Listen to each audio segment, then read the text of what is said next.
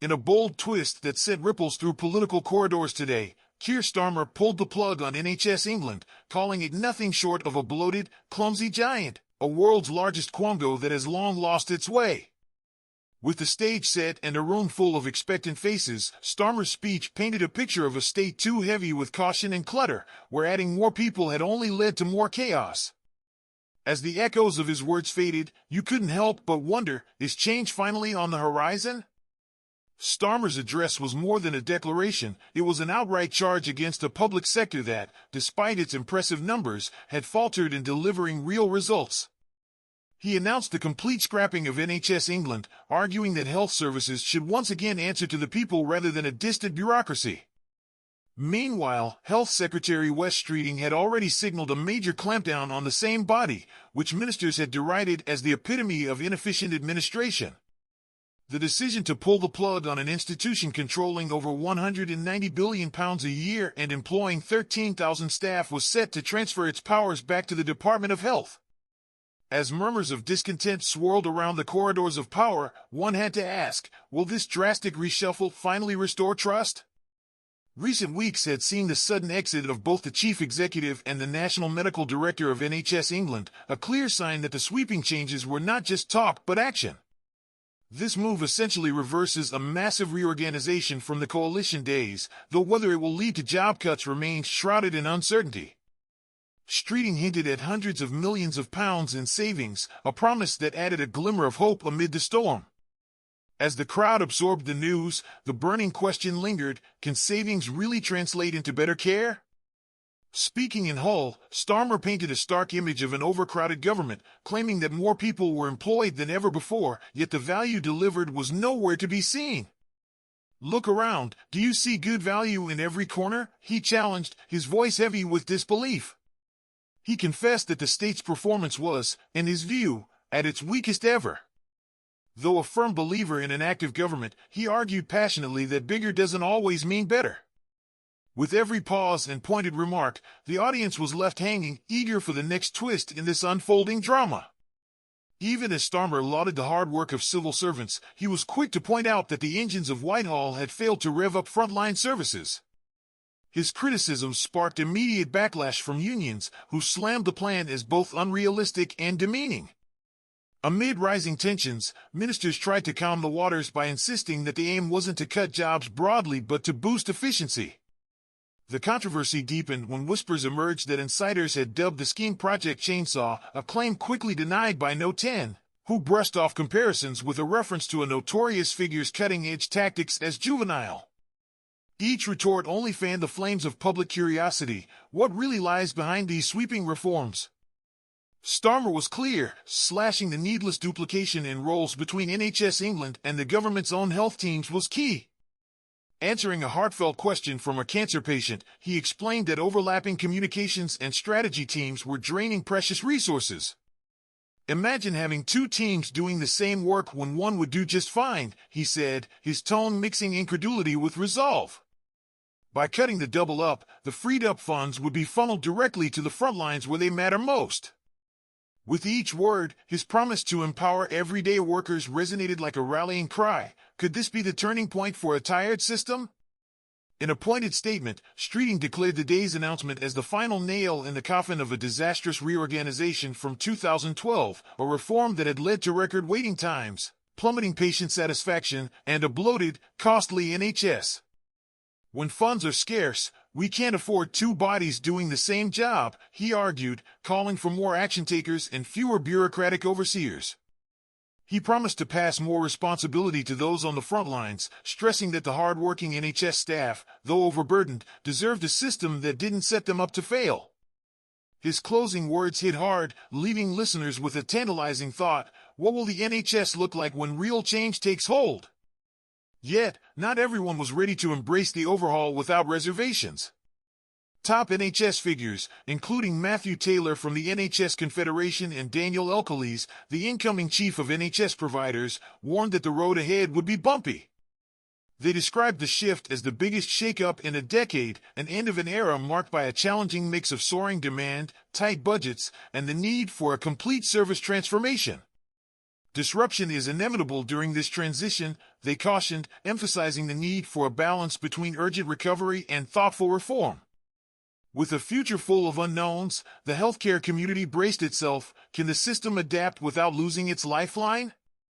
Starmer's fiery speech did not stop there. In another part of his address, he lambasted what he called a cottage industry of regulators, those endless checkers and blockers who slowed down progress for everyday people.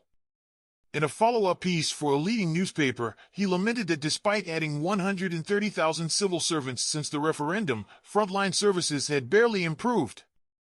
Our civil servants are incredible, but they're stuck in a maze of red tape, he said, pledging to free them from the grip of bureaucracy. He promised to harness new technology, including AI, to make every government department more nimble and efficient, and to redirect funds to boost schools, hospitals, and streets. With every promise, he painted a picture of a leaner, more effective state, one where real help reaches those who need it. As his words echoed, the audience was left to wonder, is this the dawn of a new era for public service? Highlighting a familiar problem, Starmer noted that the planning system had strangled business growth with endless red tape. Red tape has held back families and stifled dreams, he remarked, pointing to an overcautious state that had prevented people from achieving their potential. He vowed to slash administrative costs by 25%, arguing that no official should waste time on tasks that technology can handle faster and just as well. Detailing plans to digitize public services, he repeated his mantra about freeing up time for tasks only people can do best. With a promise to recruit 2,000 tech apprentices for modernizing government operations, he made it clear that global uncertainty demands faster, bolder action. The atmosphere was electric. Could digital change be the key to a more responsive government? Despite the buzz, Starmer was quick to dismiss any notion of returning to old-fashioned austerity. Welfare cuts were not on the agenda. What hurt our public services was the misguided changes of a decade ago, he explained firmly. He stressed that while those needing support must be helped, the system should also encourage people eager to work. Shockingly, he noted, 1 in 8 young folks were trapped in a cycle of benefits rather than getting a chance at training or work. This isn't fair or right, he declared, promising deep reform to fix a system that left people worse off. The urgency in his voice left many on the edge of their seats. Can this new plan truly break the cycle? On Tuesday, Starmer directed ministers to halt the recent trend of shifting decisions to external bodies, a practice started by the previous government, and to review whether current rules were undermining progress. Later that day, the government revealed plans to merge the payment systems regulator with the Financial Conduct Authority, a move Starmer hailed as a fresh step toward jump-starting economic growth. Critics, however, were quick to point out that while new bodies were being scrapped, others had been created, and some regulators cost taxpayers nothing at all. As frustration simmered among ministers over the role of regulators in spurring economic growth, the debate intensified. Is the regulator's role more hindrance than help? Looking ahead, Starmer is expected to deliver another rousing message, warning that unstable times demand urgent reform. Every pound we spend and every rule we enforce must work for the everyday person, he is set to declare, adding that digitizing government services could unlock up to £45 billion in savings and productivity. And even before the potential of artificial intelligence is tapped, he sees a golden chance to revolutionize how the state operates. With such bold promises, the tension is palpable. Will these savings transform lives, or are they just words on a page?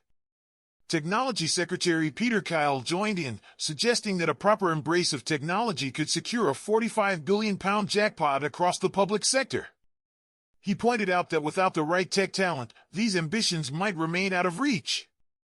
Kyle argued that these changes would not only fix public services but also save taxpayer money by cutting down on expensive contractors, while creating new opportunities nationwide as part of a broader change plan.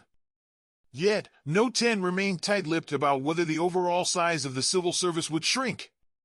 When pressed, a spokesperson simply said, "It's not about having fewer people, it's about reshaping how we work with the help of technology." The mystery deepened. What does a reshaped state truly look like?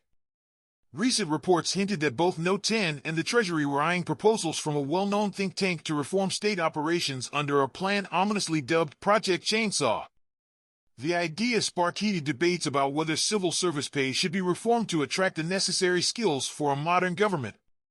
General Secretary Mike Clancy of a leading trade union remarked that while technology can transform public delivery, the government must also adapt its pay scales to keep top talent.